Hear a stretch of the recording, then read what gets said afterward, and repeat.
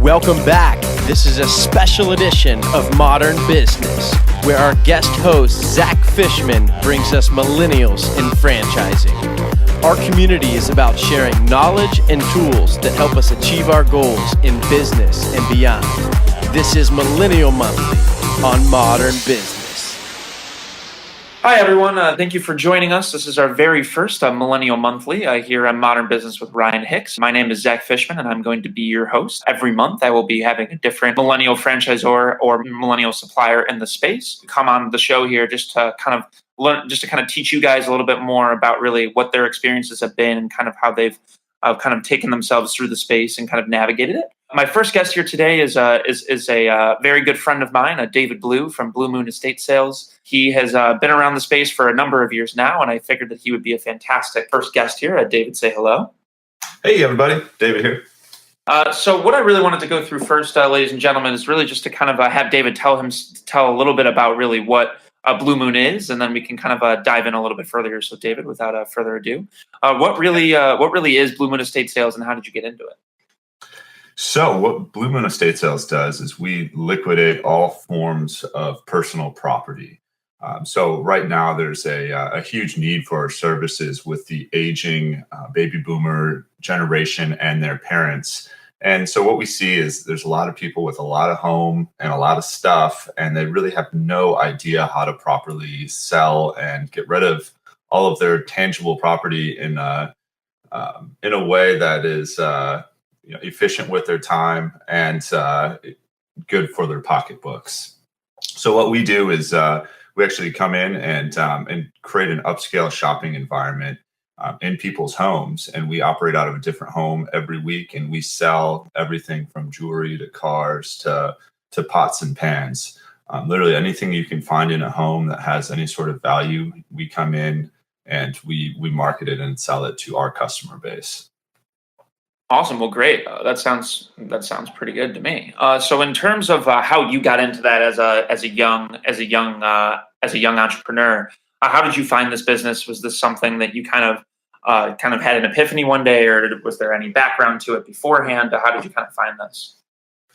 Yeah, so this is kind of a funny story. So I finished school up in 2011 and up at Wisconsin, and my family had moved down to North Carolina about 5 years prior to me graduating school, and so they actually started our flagship operation down in Raleigh, North Carolina, and they're having some success with it. At that point, it was just a tiny operation. There's only about 3 employees, but they lured me down. They said it was their toughest sale job to come down and and really to start operationalizing things. So they wanted me to come down and join the family business. I was very reluctant, but the job market in 2011 was pretty tough. So I went out on a limb and I was like, all right, well, I guess I'm going to get into the estate sale space. And I was pretty ignorant at the time. I thought they were just selling just antiques and like old things, and I absolutely despised antiques and old things. But I was like, hey, this is a family business. I think there's some opportunity here to grow and to scale it. And so I came down 2011, and that's when we started just looking at franchising as a way to scale.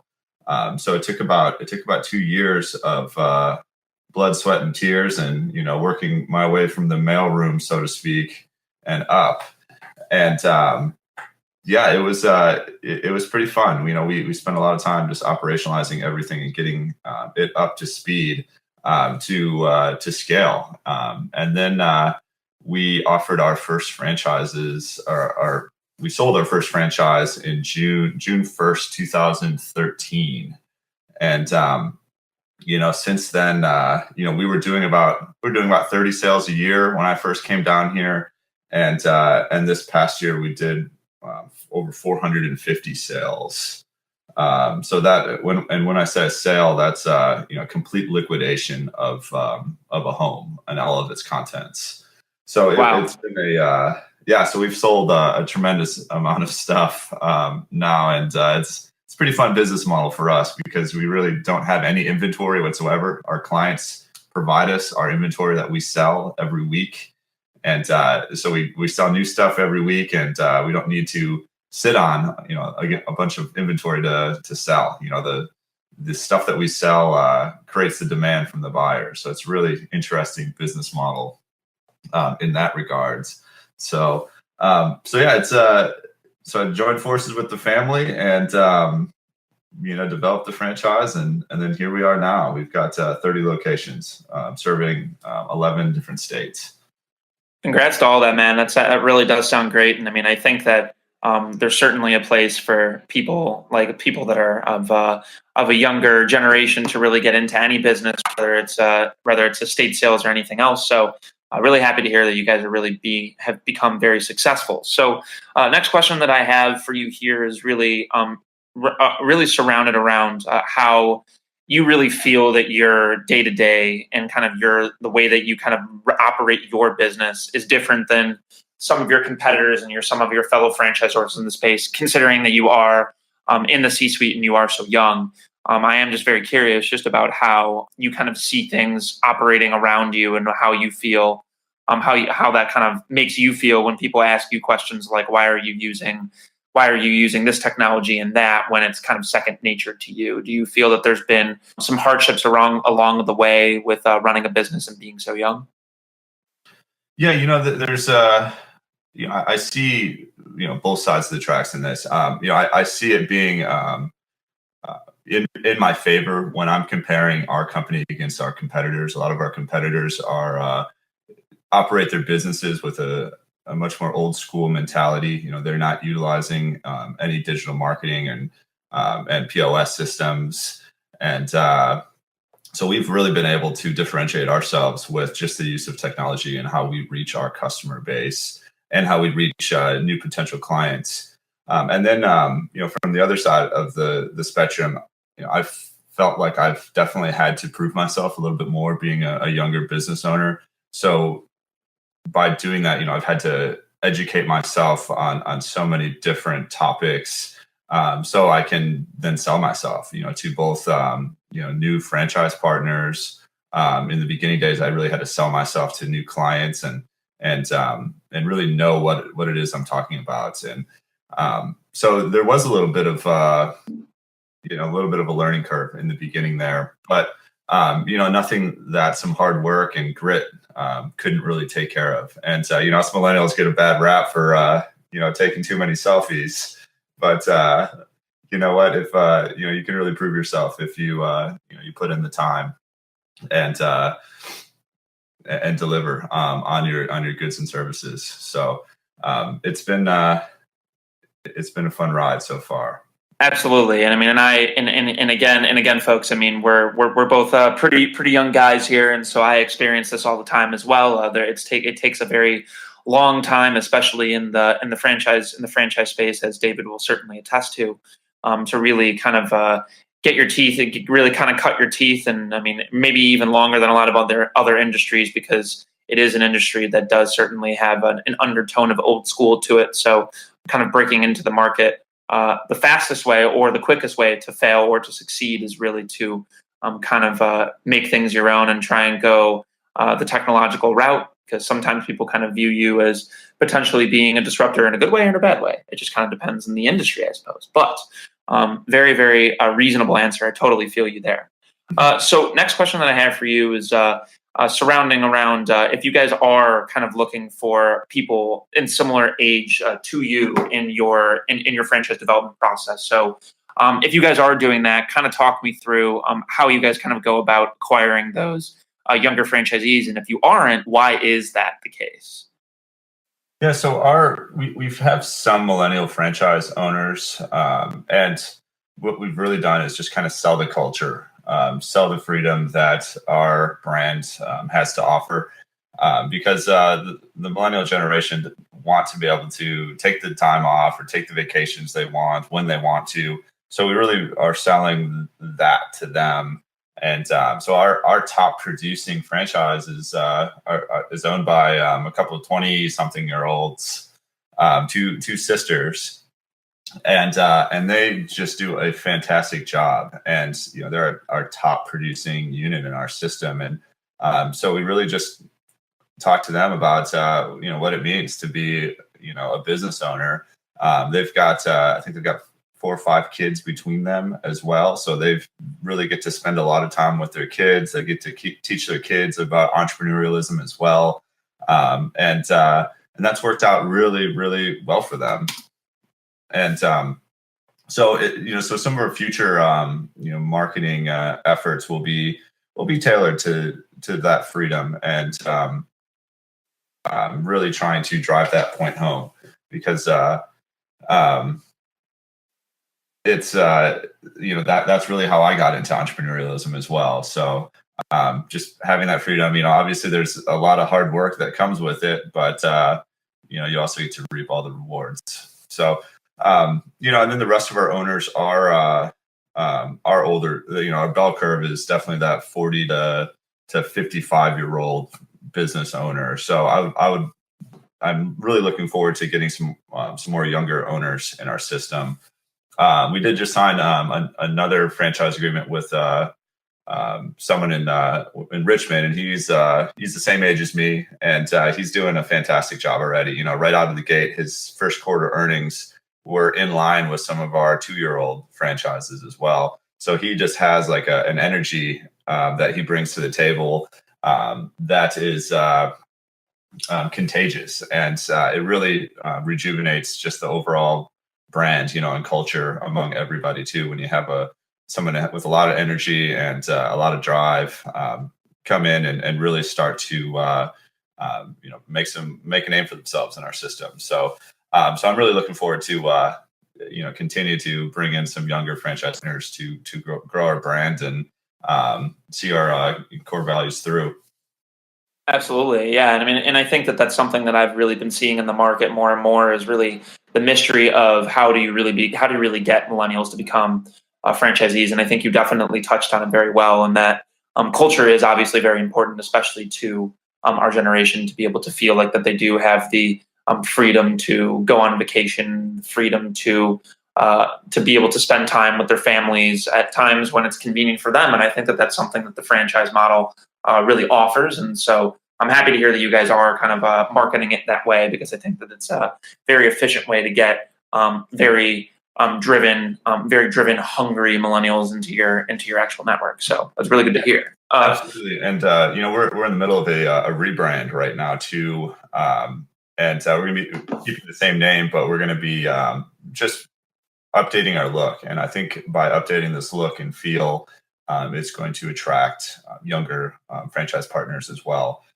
and younger shoppers. So I'm really looking forward to this next phase and chapter of our business as well. Absolutely. And that's a great segue. So I do kind of want to hear a little bit about how you are marketing to really your consumers that are in the more millennial space of things. Because to me at least, and I've known you for years, and so I know that this is not necessarily the nature of the business. But when most people think of estate sales, they thought of what you thought of when you first started. Antiques. It's older people that are kind of moving into a smaller home and don't have room for all the things that they had in their home that they lived in for years. But how are you guys kind of revolutionizing the space when it comes to really marketing to people that are our age, that are kind of trying to? You guys are really trying to turn the entire idea of estate sales on its head, it sounds like. Yeah. So what we're really trying to do is be the farmers market of goods and services. At one point, farmers markets were considered the place where the poor shop to get their produce, and nowadays people think about farmers markets like the cool farm to table way to get your goods. So we're really trying to take that idea and apply it to the estate sale space, where exactly where you're buying everything, where it comes from, that the money that you're spending on that item that you're purchasing is going right back into your local community as well. And then with that too, we're utilizing new technologies to market and be able to reach the right people. So we're utilizing a lot of the different social media spaces. We're we've got a really fantastic digital platform that we're using, and we've got reward systems. And really try to just push engaging content. We've been really focusing a lot of time and energy, with video messages and just educating the consumers on what makes something cool, what makes something valuable, and why this particular item is special. A lot of us millennials don't really like spending money on expensive things that may just sit around the house. We're all about gaining experiences. So we're really trying to attach some cool stories and experiences to the things that you could buy at our sales. So we're trying to, bridge the gap right there, and share our appreciation for nicer things with everybody, across all the generation. And then also, one of the things that we're really trying to sell too is, antiques are only about 10% of what we sell. The rest is everyday items that we all need, from kitchen stuff to couches and televisions. Really, antiques are just a small market of the big picture of goods that we sell on a daily basis. So we're really trying to get rid of that idea that we just sell antiques and that we just or the clients that we serve have all passed away. Really, because 85% of what we do are just people who are moving. The cost of moving has skyrocketed so much that it's better for most people to just sell everything that they own and just take that money that they that revenue that is generated and go buy new furniture at their new house without having to move it all across the country. So we're really trying to reach people on all levels here, through digital marketing, through content marketing, through video marketing, and just educate the consumers on what exactly it is that we do. Absolutely. Yeah. And I think that that is one of the really cool things that I have personally really thought was interesting when I first kind of got to know you a little bit more and really learned really about what the space that you were in entailed. I think that there is a lot of misconceptions about it. So the ability to kind of have that more modernized touch to it, and for you guys to kind of marry technology and kind of a more modern attitude to the space is really refreshing, I assume, not only for your clients, but the consumers that you guys are also, that those clients are also selling to as well. So I think all around, definitely very good for you guys in terms of how you guys have really been doing everything. So lastly, and the last question, folks, that I have for David, which I think will really be helpful, not only for our millennial listeners here, but also for folks that are a little bit older as well, just to kind of see really how really what David's big thing that he really wished that he knew. I think that, so really the question is for you, David, is what is one thing that you wish that you knew when you were first starting out as a millennial franchisor? I think that this is a question that I ask very often that people often don't really know the answer to, but it is really interesting to hear kind of on the spot. So sorry to put you on the spot a little bit, but I am curious, so before we go, what you kind of wish that you knew, but now you know now. Yeah, what's really amazing about the franchising space is how everyone puts it forward. So, when I first started, I really didn't know anything about franchising. I knew that I loved what I did, but I didn't realize, how amazing the industry was when I first started.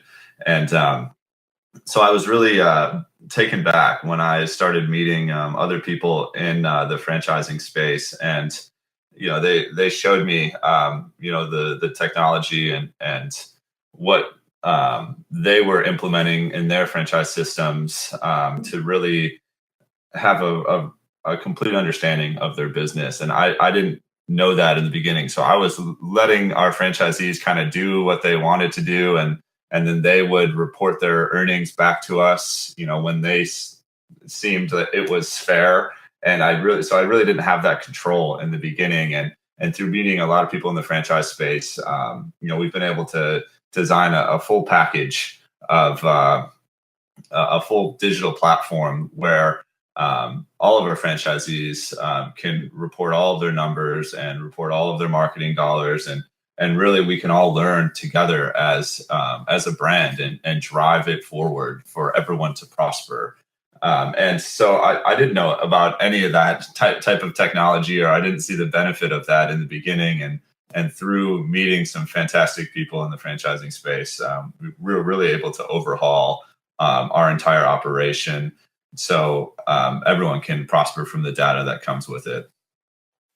Absolutely, and I think that that's really is one of the big things that I was hoping that you touch on, that you would touch on, and you did, is really the technology behind everything, and franchisors kind of doing things in the dark. I think that that's one thing that the millennial generation is bringing to franchising more and more every day, is kind of the idea behind having technology and doing things in a data-driven way to really have benchmarks and to be able to do business intelligently. I think that doing business intelligently before was having intelligent people around, and I think that it's really important to be able to marry those really intelligent people with technology that is going to help you run your business in a lot more of an efficient manner. So I'm happy to hear that you guys are definitely doing that, and I think that you guys are on the forefront of that in the franchise space, especially given the fact that you guys have built your own technology in-house. So thank you, David. I really appreciate it, man. This has been great. Absolutely. And I'll continue on with that. Just one more bit here is we live in a really exciting time right now where you don't necessarily need millions and millions of dollars to create something that provides a lot of value for people. There's so many different software platforms out there that can communicate and can help people grow brands without having to spend millions and millions and millions of dollars to develop. So I think having that millennial mindset of being able to bootstrap and build something out of nothing is a really important asset to have right now in our space. And with that, a lot of young companies can be disruptors in their industry because of the available technology that's out there. So it's an exciting time for all of us. And and thank you, Zach, for having me in. I love talking about business and educating others.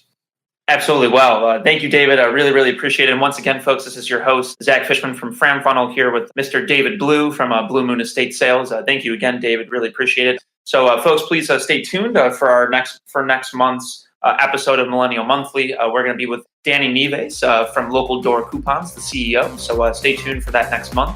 And once again, this is your host, Zack Fishman, signing off. Thanks, everybody.